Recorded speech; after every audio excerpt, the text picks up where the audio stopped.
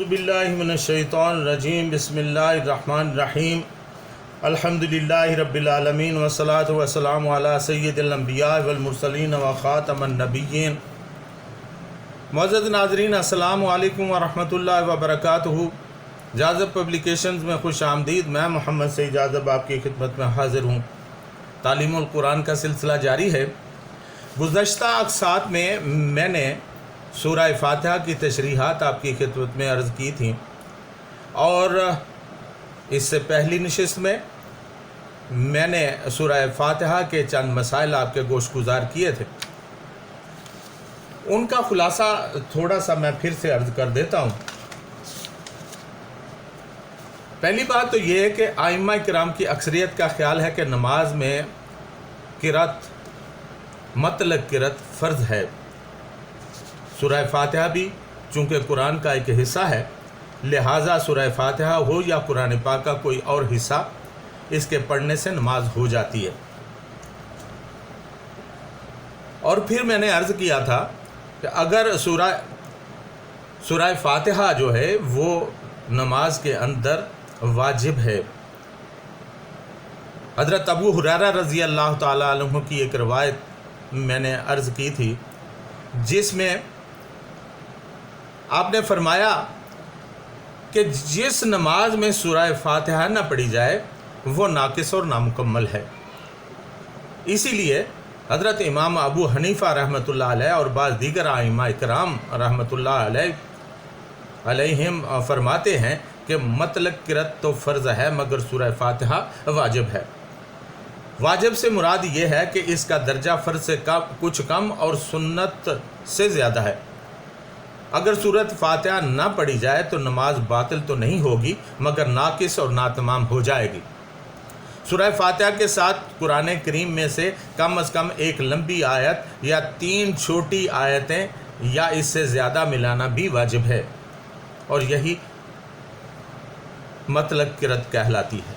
اور اگر کوئی شخص سورہ فاتحہ پڑھتا ہے، اس کے ساتھ کوئی دوسری صورت نہیں ملاتا تو اس سے واجب ترک ہوتا ہے، لیکن سجدہ سہو ادا کرنے سے اس کا تدارک ہو جاتا ہے۔ اسی طرح اگر کوئی شخص فاتحہ نہیں پڑھتا بلکہ کوئی دوسری صورت پڑھ لیتا ہے تو یہ بھی ترک واجب ہوگا اور سجدہ سہو سے تلافی ہو جاتی ہے۔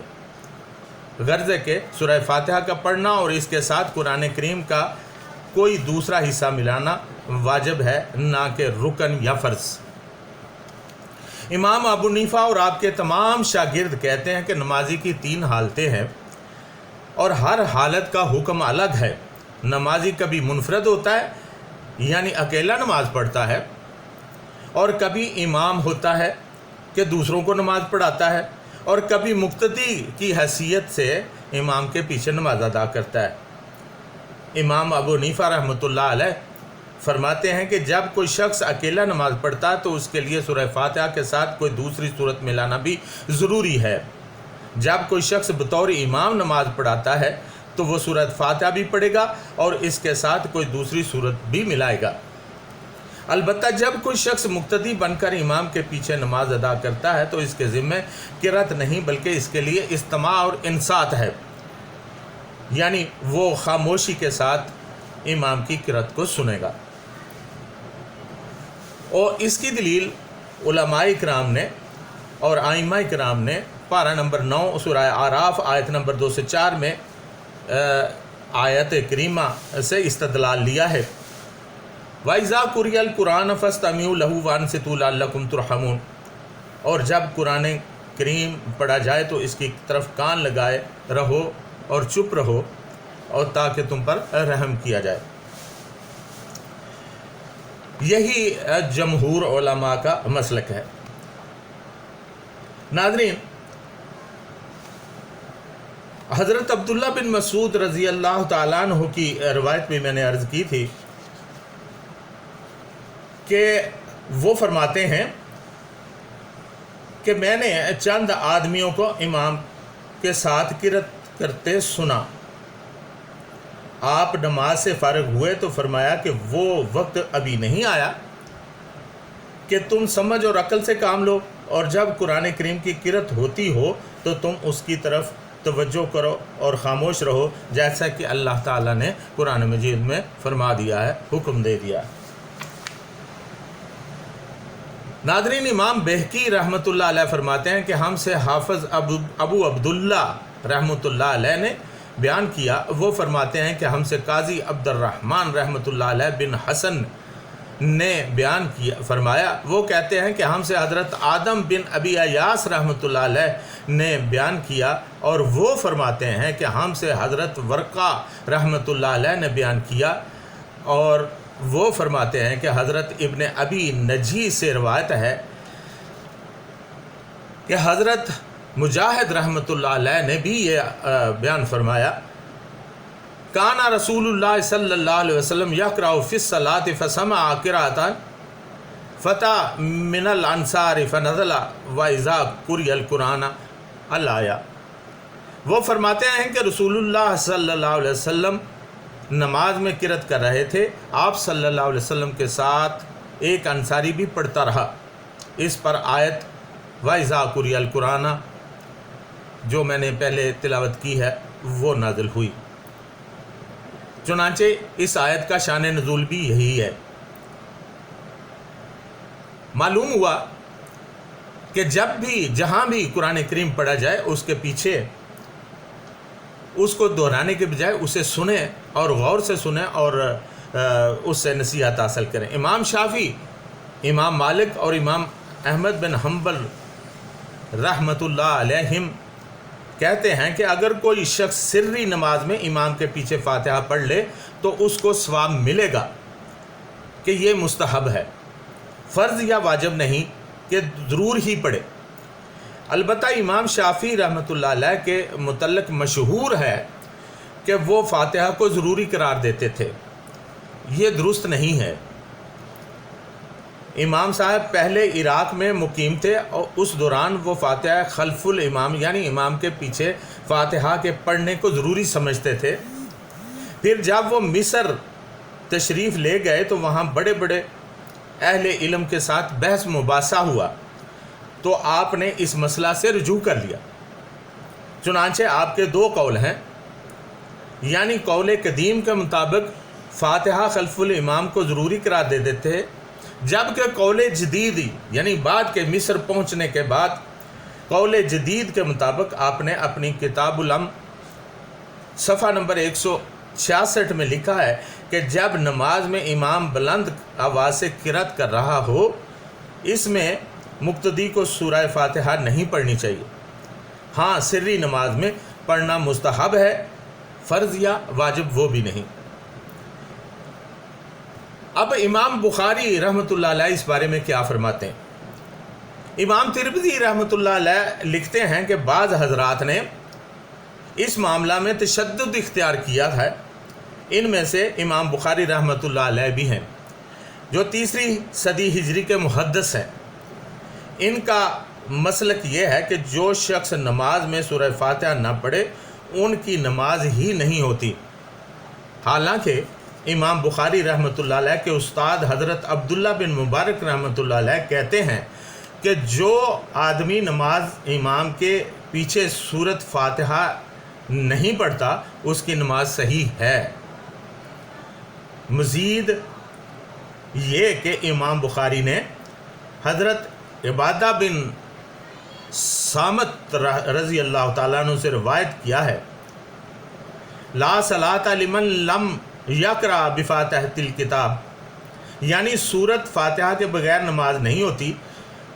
تفسیر معالم العرفان میں مولانا صوفی عبد الحمید سواتی صاحب رحمۃ اللہ علیہ لکھتے ہیں کہ بخاری شریف کی یہ روایت نامکمل ہے۔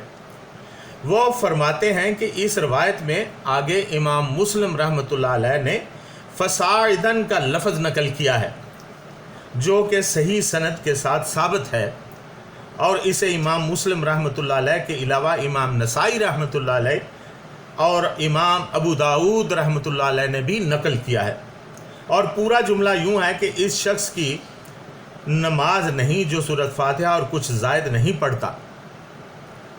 امام احمد رحمۃ اللہ علیہ یعنی امام احمد بن حنبل رحمۃ اللہ علیہ فرماتے ہیں کہ یہ حکم منفرد نمازی کے لیے ہے۔ اگر اکیلا آدمی نماز پڑھتا ہے تو اس کے لیے سورۃ فاتحہ اور کوئی دوسری سورت ملانا دونوں ضروری ہیں، ان کے بغیر نماز نہیں ہوگی، مگر مقتدی کے لیے یہ حکم ضروری نہیں ہے۔ لہٰذا جو لوگ سورہ فاتحہ کو ضروری قرار دیتے ہیں وہ باقی حصے کو کیوں ضروری قرار نہیں دیتے؟ لہٰذا یہ مطلق قرات کا حکم ہے۔ اگر منفرد یا امام ہے تو اس کو سورۃ فاتحہ اور کچھ زائد پڑھنا ہوگا، مگر مقتدی کا یہ حکم نہیں ہے۔ نماز میں قرات سے متعلق بہت سی اور بھی احادیث آئی ہیں۔ ابو داؤد شریف میں حضرت ابو سعید خدری رضی اللہ تعالیٰ عنہ سے روایت ہے، امرنا ان نقرأ فاتحۃ الکتاب وما تیسر، نبی اکرم صلی اللہ علیہ وسلم نے ہمیں حکم دیا کہ ہم سورۃ فاتحہ بھی پڑھیں اور جتنا حصہ میسر ہو وہ بھی پڑھیں۔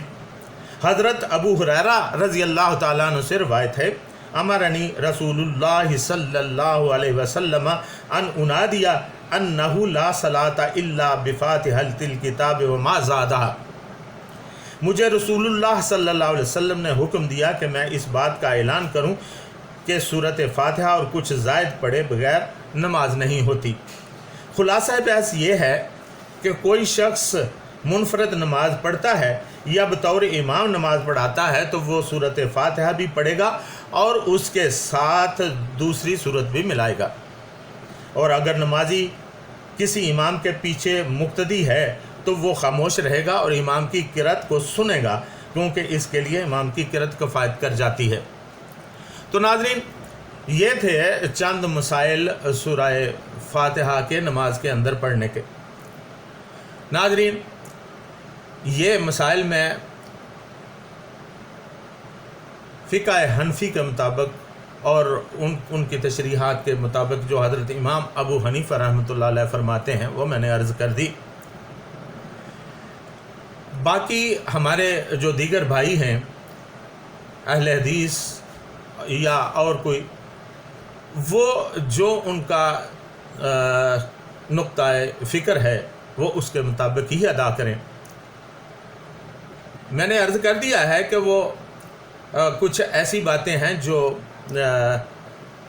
جن میں ابہام پایا جاتا ہے اور ائمہ اکرام میں ان میں اختلاف بھی ہے، چنانچہ اگر وہ امام کے پیچھے سورۃ فاتحہ اونچی آواز میں قرات کرنا چاہیں تو اس میں میرے نزدیک قباحت نہیں ہے، لیکن یہ مسئلہ چونکہ فقہ کا ہے تو چنانچہ جو فقیہ فرماتے ہیں وہی بہتر ہے۔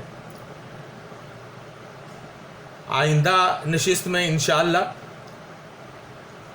سورہ فاتحہ کے فضائل پہ بات ہوگی۔ تب تک کے لیے اجازت، وما علینا الا البلاغ المبین۔